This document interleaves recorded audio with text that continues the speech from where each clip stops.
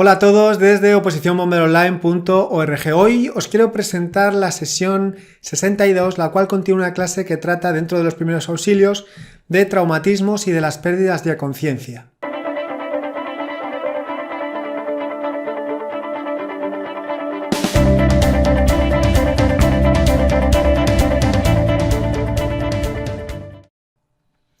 La sesión 62 contiene una clase que trata dentro de los primeros auxilios de los traumatismos y de las pérdidas de conciencia. Vamos a ver el contenido de dicha clase en detalle. Dentro de los traumatismos, en la clase 61 vimos hasta los traumatismos o partes de los traumatismos del aparato locomotor. Vimos los articulares y en esta clase vamos a ver los óseos, ¿vale? Las denominadas fracturas. En la clase 61 vimos definición de traumatismos. Empezamos a ver la clasificación según la zona afectada de los traumatismos, viendo los traumatismos en las partes blandas y en el aparato locomotor, y nos quedamos en los traumatismos articulares. Y en esta clase vamos a comenzar esta clase con los traumatismos óseos. Dentro de los traumatismos óseos estudiaremos en detalle las fracturas. Haremos una clasificación de las mismas según la manifestación que éstas puedan presentar, pudiendo ser estas cerradas o abiertas, según su alcance, si son completas o incompletas, fisuras. Veremos también según el trazo de fractura cómo se presente esa rotura o esa fractura o esa fisura. Veremos que las fracturas pueden ser transversales, lineales, oblicuas, espiroideas y pueden generar conminuta. Explicaremos cada una de estas tipos de fracturas en detalle. Veremos los síntomas que presentan las fracturas, para una vez que lo tengamos reconocido podamos valorar los primeros auxilios que vamos a realizar cuando nos encontremos ante una fractura. Dependiendo del tipo de fractura que tengamos, realizaremos una actuación u otra. Es importante que tengamos en cuenta las recomendaciones del 2015 del Consejo Europeo de Resucitación, ya que nos dan unas anotaciones referente a este tipo de lesiones. Y hablaremos en detalle de dos tipos de fracturas que se pueden producir en nuestro cuerpo en función de la zona. Las fracturas de cara tienen unas características peculiares porque son muy dolorosas, y las fracturas de pelvis en las cuales se puede producir un sangrado excesivo, y por lo tanto vamos a nombrarlas, tratarlas y explicarlas de forma un poco particular, un poco especial.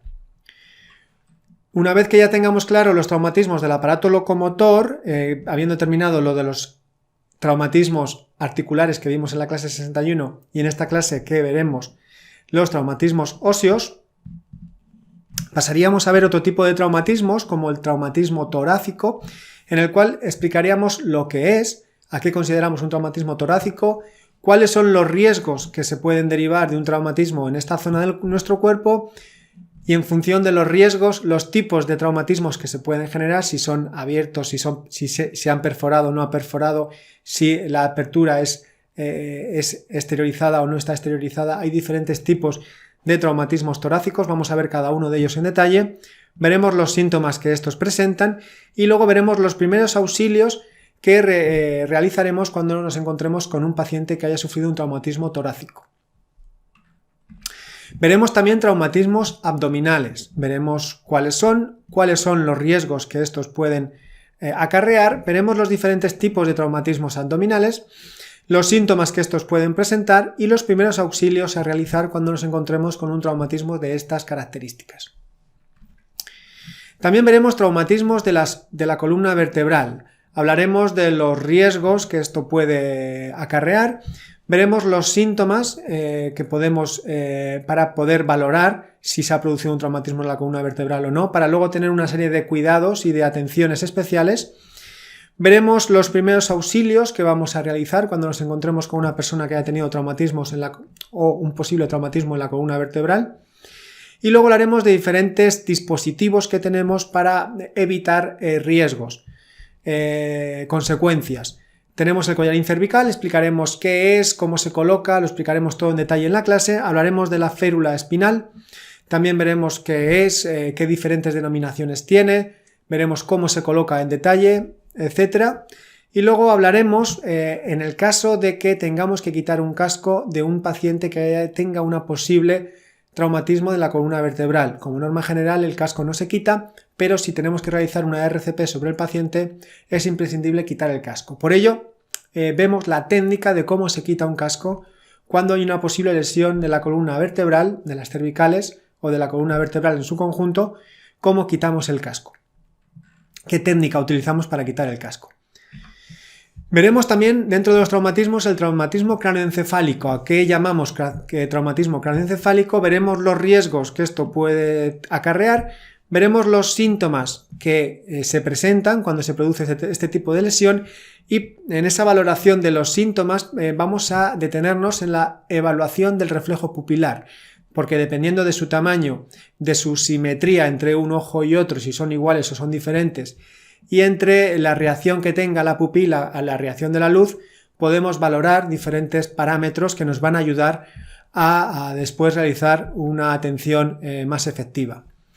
También hablaremos de la escala de Glasgow, qué es, para qué se utiliza, cómo puntúa la escala de Glasgow, lo veremos todo en detalle en la clase.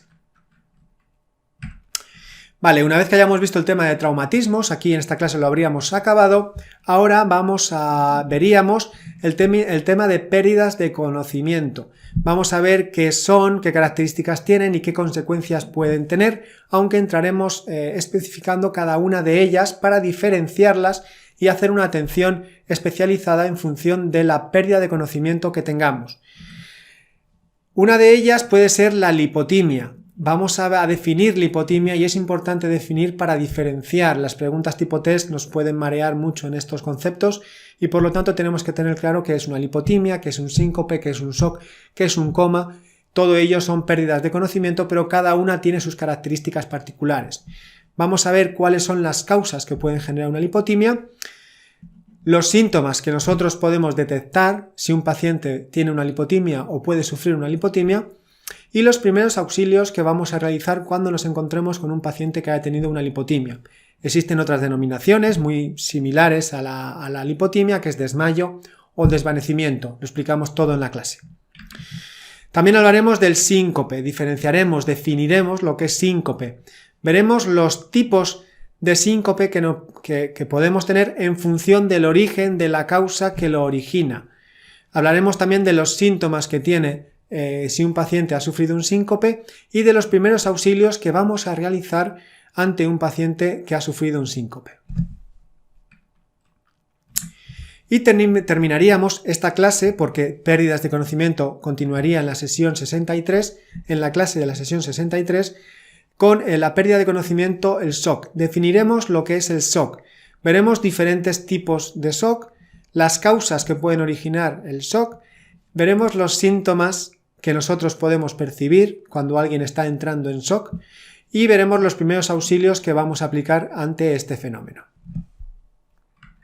Con esto habríamos visto el contenido, el índice general de la clase de la sesión 62 y además la clase de los contenidos contienen textos, imágenes, esquemas, vídeos, etc. La clase tiene una duración aproximada de unas 2 horas y unos 49 minutos. Dentro de la sesión 61 se adjunta junto a la clase un PDF con todo el contenido de la clase, pudiéndolo así imprimir y tomar apuntes de una forma mucho más eficiente. Además, la clase también está en formato MP3 para poderla escuchar desde el móvil o cualquier reproductor MP3 en cualquier lugar. También se adjunta un test en formato PDF y en formato interactivo con 25 preguntas sobre los temas tratados en la clase. Además, se pueden enviar las dudas por correo electrónico creando clases de resolución de dudas con las dudas recibidas. Estas clases de dudas, junto con las modificaciones y actualizaciones que se hagan de la clase, siempre estarán disponibles dentro de la sesión 62.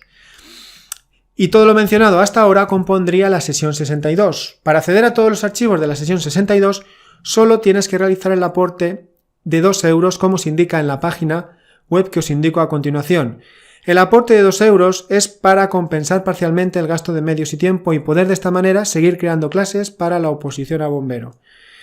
Espero que el contenido de este vídeo haya sido de vuestro interés. Un saludo y hasta pronto.